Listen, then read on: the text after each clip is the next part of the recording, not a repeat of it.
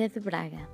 La partie vieille de la ville de Braga est dominée par la Sé de Braga, cathédrale de Braga, une structure construite en 1070 sur les ruines d'une mosquée après la reconquête chrétienne. Bien qu'elle était à l'origine de style romain, elle a changé au cours des siècles, montrant désormais également des styles gothique, renaissance et baroque.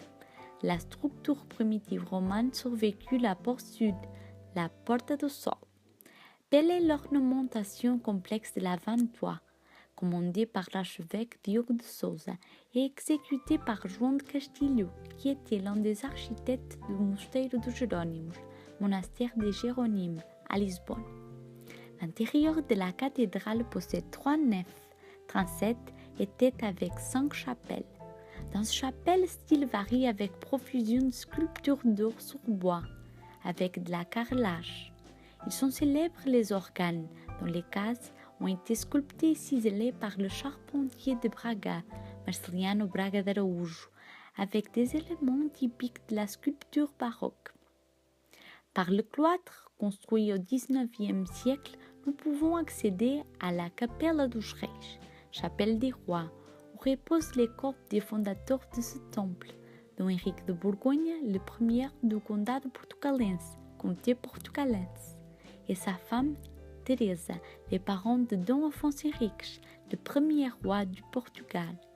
Aussi dans cette chapelle, nous pouvons voir le corps momifié de l'archevêque Dom Lourenço Vicente, qui a combattu à la bataille d'Aljubarrota, et son corps a été rencontré lorsque sa tombe a été ouverte au XVIIe siècle.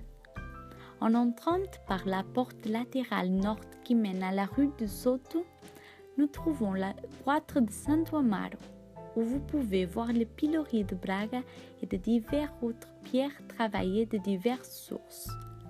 Le musée de la Sé de Braga a accueilli de nombreux et beaux objets d'art religieux qui illustrent l'art de plusieurs siècles.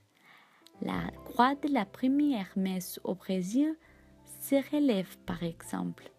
La visite à ce musée comprend une visite à différentes chapelles et salles, de même que le cœur de la cathédrale, permettant un regard de plus près sur les magnifiques orgues.